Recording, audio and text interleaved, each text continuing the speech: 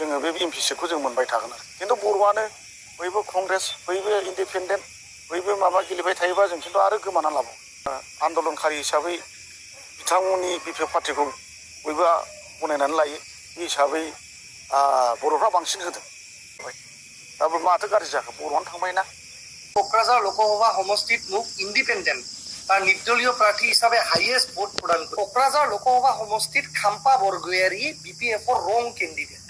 খাম্পা বৰগোহাঞি যদি বিপিএফ দলৰ পৰা প্ৰতিদ্বন্দ্বিতা আগবঢ়ায় বিপিএফ দলে কেতিয়াও নিজিতে। যেনেকৈ মই প্ৰেডিকশ্যন কৰিছিলোঁ যে বিপিএফ দলৰ পৰা খাম্পা বৰগোহাঞি ইলেকশ্যনত কণ্টেষ্ট কৰিলে বিপিএফ দলে নিজিতে, সেই প্ৰেডিকশ্যনটো সঁচা হ'ল।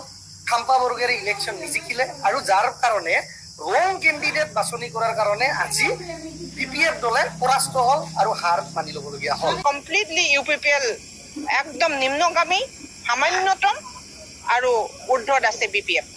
কমপ্লিটলি এইটো ইলেকশ্যনৰ জৰিয়তে প্ৰমাণ হ'ল বড়ো ৰাজনীতিত ইউপিপিএলৰ কোনো জাগা নাই। মই এইটোৱেই কৈছোঁ যে এইটো ইউপিপিএলৰ ভোট নহয়, এইটো এনডিএৰ ভোট হয়। गिबियाव आङो बिथां जयन्त बसुमतारीखौ आङो साबायखर बावहरबाय। मानो होनोब्ला जों बुहुद नारा नाथानि गेजेरजों दिनैहाय देरहासार जानो हाबाय। बे जोंनि थाखाय गिदिर एचिभमेन्ट आरो एनडिए हिसाबै दिनैहायदि बिजेपि सरकारा सहाय खालामनानै एनडिएनि केन्डिडेट जयन्त बसुमतारीखौ देरहासारनाया जोंनि थाखाय बे बिराद गिदिर मोनसे एचिभमेन्ट। मानो होननानै बुङोब्ला जों 10 बोसोर जों खोमानानै लादोंमोन बर'फ्रा गावजों गाव दावसा दावसि जानायाव जों गुबुन हारिनो जों हगारनानै होनांदोंमोन। दिनैहाय बे दिनैनिफ्राय बे अनाबर होननाय सोदोबा दिनैनिफ्राय जोब्बाय, मैयानिफ्राय जोब्बाय। बेनि थाखायनो आङो एनडिएनि आसामनि डक्टर हेमन्त बिश्व शर्मा सारखौ आङो साबायखर बावहरबाय। सेन्ट्रेलनि जोंना मानाव गेदेर मदि सारखौबो साबायखर बावहरबाय। मानो होनोब्ला अनाबर सोदोबखौ दिनै बिथांमोना एनडिए जानानै फोजोबनो हाबाय।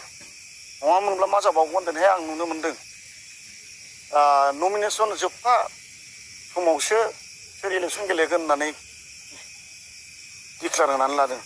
बिनिथा लेखा होननाय बेनो दिनैहाय भटखौ मोनबाय 94,000 सामथिं भट मोनबावदों। होमब्ला बेफोरखौ नायोब्ला हयथ' जोङो बर'आ खौसे जानाया दरखार दं होननानै आं सानो आरो खौसे जायोब्ला जोङो जेब्लायबो जोङो मा होनो जोङो बे एमपि सिटखौ जों मोनबाय थागोन आरो खिन्थु बर'आनो बयबो कंग्रेस बयबो इन्डिपेन्डेन्ट बयबो माबा गेलेबाय थायोबा जों खिन्थु आरो गोमाना लाबाव नेक्स्टआव। ओंखायनो सेक्रिफाइस खालामलायनांगौ जोङो एमपिनि बेलायाव। जिहेतु एमपिआ मोनसे गिदिर मोनसे पस्ट सेन्ट्रेलाव थानानै जों गोबां खोथा बुंनो हायो जाथिनि थाखाय हारिनि थाखाय।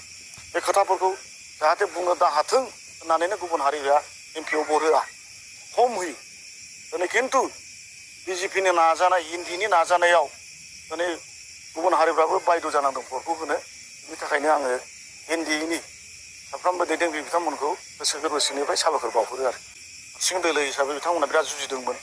बिसोरनोबो आंनि नुनायाव बर'फ्रा बांसिन भट होदों। जोंनो जाहाथे बर'आनो देरहानांगौनि सार्थआव जिहेतु आवगायावनो आन्दलनखारि हिसाबै बिथांमोननि बिपिएफ पार्टिखौ बयबो गनायनानै लायो। बे हिसाबै बर'फ्रा बांसिन होदों बे माबायाव बिपिएफनो। थेवब्लाबो दिनैहाय बिथांमोना जेननांगौ बायद' जादों। जोंनि थाखाय बे बिराद गिदिर एचिभमेन्ट मोनसे। गुबुन हारि होनायाव दिनै जों बर'फ्रा देरहाबाय। दाबो माथो गाज्रि जाखो बर'आनो थांबायना, नङा होमबा? बर'आनो थांबाय मोजां मानसि एक्जिस्टिं एमएलए साननो हनो गोरों फर्मार आबसुनि लिडार बिथाङा मोजां जाथिनि सिन्था खालामग्रा जयन्त बसुमतारीया बिथाङा दिनै देरहासार जानानै थांबाय। बेनि थाखाय आरो माथो नांबावगौ बेनिफ्राय साबसिनलाय, नङा होमबा?